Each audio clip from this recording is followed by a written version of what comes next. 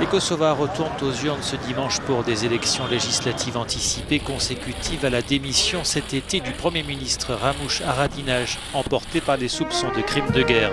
Il incarne cette classe politique, celle des anciens commandants au pouvoir depuis l'indépendance, mais discréditée aujourd'hui alors que la pauvreté et la corruption font rage au Kosovo.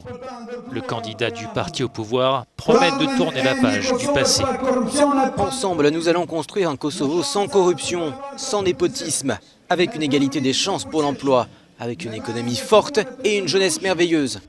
Le Kosovo, un pays au caractère multiethnique. Aux côtés de la majorité albanaise, les minorités serbes, bosniaques ou turques représentent un 1/6 des sièges au Parlement.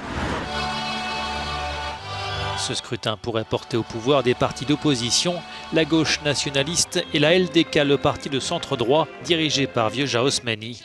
Elle fixe le cap, l'intégration du Kosovo à l'Union européenne et l'OTAN. Votez pour le parti LDK, votez pour nos incroyables candidats. Car pendant 30 ans, notre parti politique a œuvré pour l'intégration du Kosovo dans les institutions européennes et atlantiques.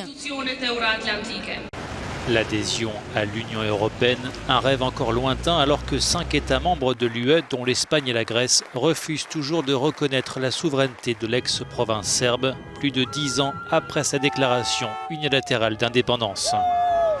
Autre obstacle majeur, les relations toujours exécrables entre le Kosovo et la Serbie, en témoignent ces propos du président Vučić à l'endroit d'une minorité serbe qui se sent menacée. Déplacez-vous en nombre lors des élections afin que nous puissions voter pour la survie de nos maisons, pour les salaires des Serbes dans les écoles et les hôpitaux. Tout cela sera révoqué, à moins que la voix de la liste des Serbes ne soit entendue. Le Kosovo, toujours en quête de stabilité politique, aucune des 4 précédentes législatures n'est parvenue à aller au bout de son mandat de 4 ans.